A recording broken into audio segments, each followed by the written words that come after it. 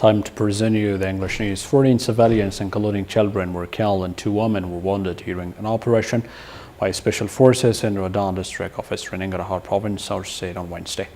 A credible source who spoke on the condition of anonymity told that the O2 special forces unit conducted the operation in district on Tuesday night. 14 civilians were killed in the raid, he said.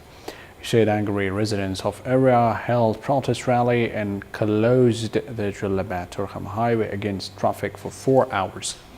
The protesters chanted slogans "Death to America" and "Long Live Islam" and urged a probe into the incident. A 4-month-old child was also among the dead, and according to local residents, the child was killed on his mother's lap. At least 6 Taliban militants were killed in an airstrike conducted by U.S. forces in Eastern Nawroz province of Afghanistan.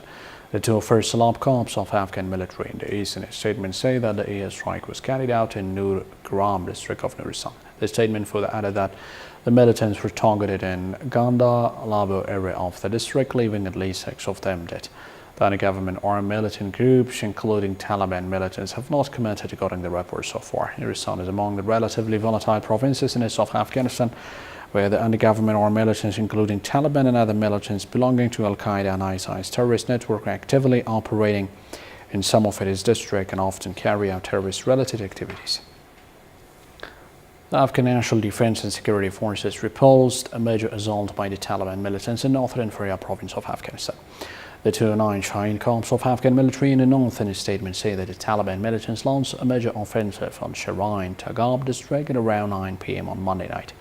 The statement further added that the militants face a strong resistance from the National Defense and Security Forces.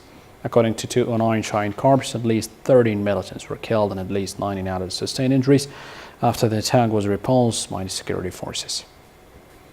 U.S. President Donald Trump says Saudi Arabia's crown prince bear ultimate responsibility for the operation that led to Jamal Khashoggi's killing, and Turkish police were allowed to extend their probe at the Saudi consulate in his toughest comments yet. Trump told the Wall Street Journal he wanted to believe the prince when he said that lower-level officials were to blame for the killing of the Saudi mission.